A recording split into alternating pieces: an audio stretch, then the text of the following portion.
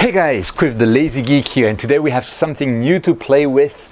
It is the Optolong L eXtreme filter, which is, many people will call it a light pollution filter. I will call it a narrowband filter. And it's been featured on many YouTubers' channels. So my friend Sean from Visible Dark, or we also have Trevor Jones, who actually also featured that filter recently. But they're not in Tokyo, they're not in Bortle 8, Bortle 9 as I am. And so, filters, or light pollution filters, they kind of face their ultimate test here, and we see which ones actually survive the crucible of combat in Tokyo. And so that's what I'm gonna do to this poor little filter. They're prepared to be tortured. And that filter, what is very special about it is that, well, it is a dual band filter. So basically it will let in through two band passes, one called oxygen 3, the other H alpha, which correspond to frequencies of light that are emitted by emission nebulae, like all of those nebulae in the Milky Way basically. And you can use, because you are capturing, oxygen 3 is one frequency of light that's towards the blue-green spectrum, and H alpha is towards the red spectrum. So by just having two of those bands, you can basically use a color camera with a filter like that, capture only those two bands. So it does not work well for other objects than emission nebulae, but it can give you excellent results even in light polluted areas on emission nebulae. Now, of course, it depends on the amount of light pollution that you have. So it's not the first time that such a filter exists. Actually, it's been kind of the latest trend in filters, which has been narrowband filters are very tight light pollution filters for color cameras. And another one that's been done is the ZW dual band filter, for example. And even there's a filter from Optolong that's called the L Enhance that basically does that. There's the OPT Triode filter. There's the OPT Triode Ultra filter. There's the there's one that's specific to Japan called the quad band or quad BP filter. I don't remember exactly which brand it is. I think it was Citron, but I'm not completely sure. And their prices vary. And the reason that the L eXtreme is so novel is because the band passes around the light, the frequency of light that you are trying to capture, are as tight as possible. Well, not as tight as possible, but they're much tighter than before. And to understand a bit about band passes, if you have one single frequency of light that you want to capture, so you want to make sure that you don't capture other frequencies around that target frequency, because those other frequencies, they do not contain nebula signal, they do not contain something you want to capture, they only contain light pollution basically. And those band passes, you can make them very, very tight with very, very expensive filters. So my bazooka here actually has filters that are more or less made for monochrome cameras that are single band each, and I have one filter for H alpha, one filter for oxygen 3, and then I have one filter for another band pass, which is sulfur 2. And I can take pictures with each of those one after another, and then I can combine all of those pictures into a false color image like those provided by the Hubble telescope. There's even something called the Hubble palette that refers to the color scheme, the way that the Hubble telescope actually maps those light frequencies to certain colors. And the filters I have in here are super expensive because they have a very tight bandpass of 3 nanometers, which is really super helpful in Tokyo. And even then, I get worse results for the same amount of capture time as people in darker areas with cheaper filters. So you can see how critical keeping that bandpass very tight is. Now, the ZW dual band filter is actually in my filter drawer, and I used it in a recent video, and I'm going to put a link in the up above here if you want to check it out, to capture the Crescent Nebula. And I took, I think, 700 exposures. I had to throw away a few, so in total 607 exposures of 30 seconds each in a single night, and here was the result. Now you notice the result is not that bad. It's okay. I mean, and I know that many beginners would be super satisfied with that. And I am actually fairly satisfied with that, but it doesn't capture as much nebulosity as I want. And this is because the ZW dual-band filter has fairly wide band passes, and that's why it's cheap. And one of the band passes around oxygen 3 is 35 nanometers compared to 3 in there. And another one around H alpha is actually, or hydrogen alpha is actually, I think 15 or maybe 10. Let's say 15 for now. Apologies if I'm wrong, but it's fairly wide. And something to know is that LEDs and moonlight, a lot of that light pollution is actually extremely prone to entering the bandpass towards oxygen 3, towards blue-green. And so that's why like having a very wide bandpass at oxygen 3 is not a good idea. Enter this eXtreme filter. So the eXtreme filter, we're going to open it, we're going to look at it. And here is this beauty. Now this beauty has 7 nanometer band passes. So with 7 nanometers band passes, it's not quite as good as this, but it gets really close, and it is certainly much better than 35 nanometers that the ZWO filter has. And so what I want to do tonight, if the skies let me and if the weather holds, we'll see if that's truly the case, is put this eXtreme filter through its paces and basically target with the same equipment. Exactly the same equipment, same camera, same settings, and hopefully we'll get the same amount of exposure time. We'll target the crescent nebula, see what we can get out of it.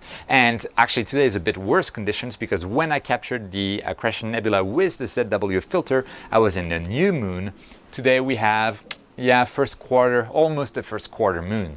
So it's going to be a bit brighter, at least for the early hours of the night. So let's put my Optolong filter in my filter drawer, preferably without dropping it, as I have a bad habit of dropping expensive equipment.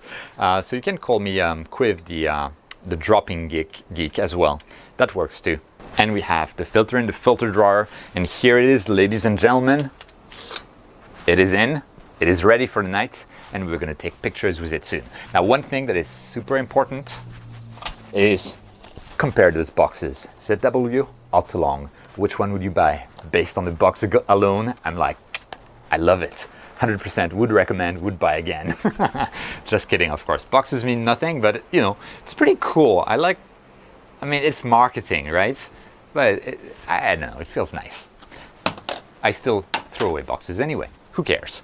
But with that, I'm going to test it out. So this little guy will be taking the Crescent Nebula. This big dude here will be taking more frames on the M27 Planetary Nebula, also known as the Dumbbell Nebula, to try to see if I can get more details out of the lobes that we have around the nebula that are mostly actually in oxygen 3. So, but a bit of H alpha mixed in, so you have a bit of red tint, blue tint. It's kind of beautiful. So we'll see what we get out of this, but the most important will be checking out the results of the eXtreme against the ZW dual band, and we'll see how satisfied I am with my results, considering that I am in an extremely light polluted area. And that's why I'm saying it is going to be a much more rough test, a much more, you know, torture test of that filter than I've seen in other YouTube videos, simply because of where I am. And so if you're interested in that, keep tuned. Also, if this kind of video interests you, feel free to subscribe to this channel. It's all about astrophotography and astronomy. And, you know, I'll be taking the pictures. I'll see you tomorrow morning with the results. Okay, and let's have a look at the results. So you can probably see on my screen right now, this is the image, as a reminder, that I got with the ZW dual band filter. This is in the end with 607 of the best frames out of 700 that I have stacked and processed in PixInsight. And all of those frames were 30 seconds long. And so that means that if I wanted to have the same amount of data with the eXtreme, I would need to get with 60-second exposures, which is what I saw I kind of needed with the eXtreme, since the band passes on narrower to like overwhelm the read noise, which is a good thing.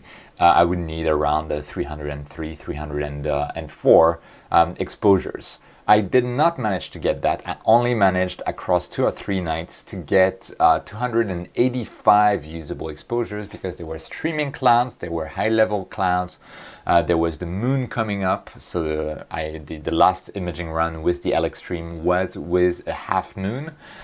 So we were in much worse conditions when taking the picture with the eXtreme than I was with the ZW duoband. Now with the duoband, it's not a bad image, but you can tell there's a lot of nebulosity missing.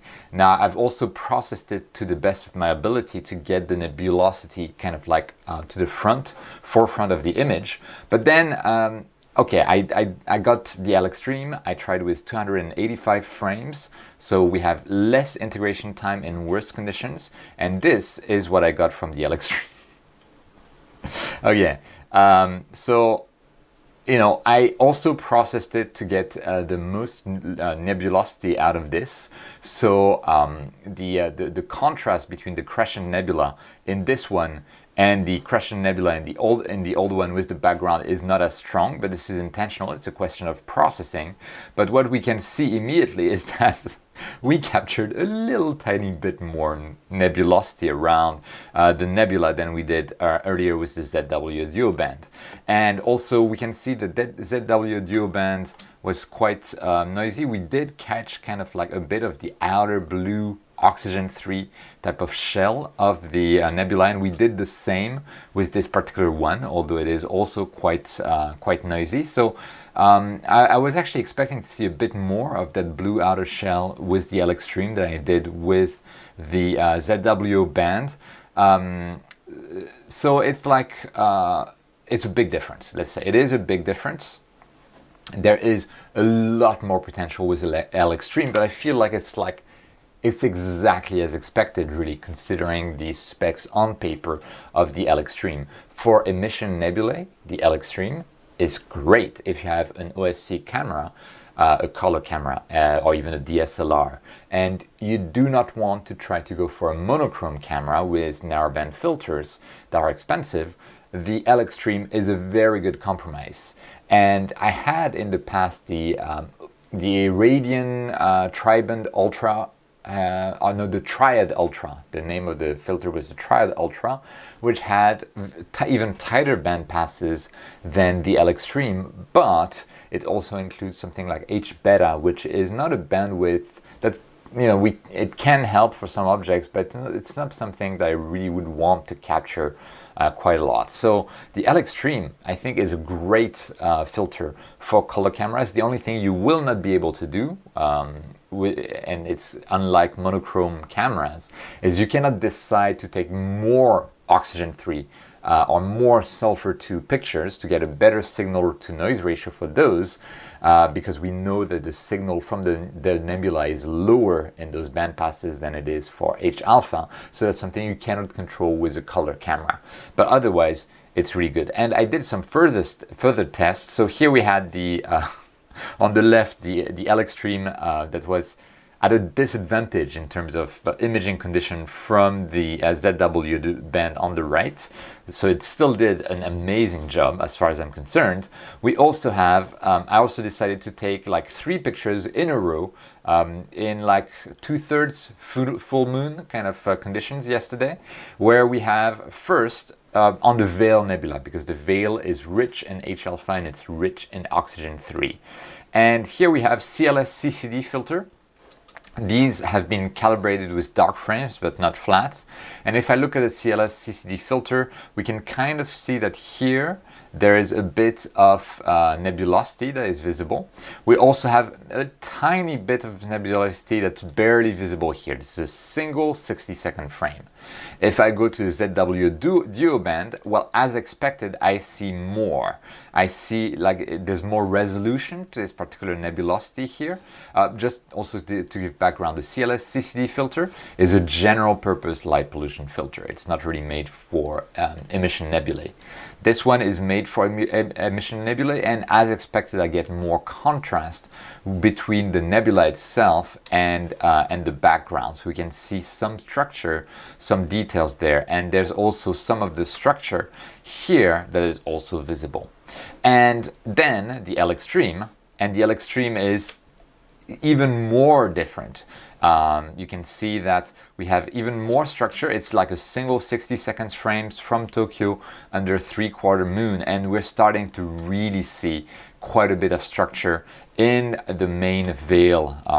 I don't know, western veil, eastern veil, I don't remember which part it is itself, and then still more details in here. So it's really as expected, but that means that for people who have color cameras, who image nebulae, who have a DSLR, you can use the eXtreme filter like almost blindly, and you will be able to get proper results on emission nebulae, even from a very, very light polluted area. So it is possible, and that crescent picture here really is the proof of that, taken from Tokyo here.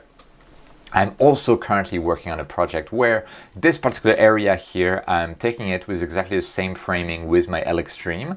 And I think I've gathered around 660-second exposures. I'll probably call it a day with that. Maybe that's something I'll want to do a mosaic on one day. But anyway, for now, this is what we're getting. And if the image is any good, and hopefully it will be, even though it's been like through cloud and stuff, the conditions have really not been ideal, I'll be putting it at the end of the video. So in conclusion, the eXtreme, do I recommend it? Yes, of course I do. It's not as good. It's not going to be as good as monochrome filters with a single band filters with a monochrome camera, where you can actually choose to take more exposures for the band passes that have less signal. But it's a great filter for color cameras. It's relatively cheap for what it does, much cheaper than the Triad Ultra, and I think, to be honest, probably just as good for emission nebulae. It performs great. And it's really a good option for those of you who have color cameras, which is really a lot of astro imagers, because that's typically where we start. It's just simpler to start in terms of materials needed, of money spent, and of processing to learn, like from the learning curve, to start with color. And I think this eXtreme filter makes everything really feasible. And yes, that's pretty much it for this video. So I hope this was educational, that you learned something, that you may want to buy that eXtreme if you are in a light polluted area. If you do buy the eXtreme and you don't mind shopping from OPT, feel free to use my affiliate links down below to get it. Otherwise, get it from wherever you want, wherever has it in stock, or wherever has it cheap. I personally got it from Cyclops Optics in Hong Kong, simply because they had a great delivery time to me, and it was in stock and it was cheap. So all of the stars aligned for me to get it from Cyclops Optic. But I don't mind getting things from the US, because it is not currently available directly from Japan resellers. But yeah, that's pretty much it. If you're not subscribed to this channel, if you like this kind of video, so this was a pretty in-depth review of the eXtreme with comparisons with other filters. But I usually do like imaging nights.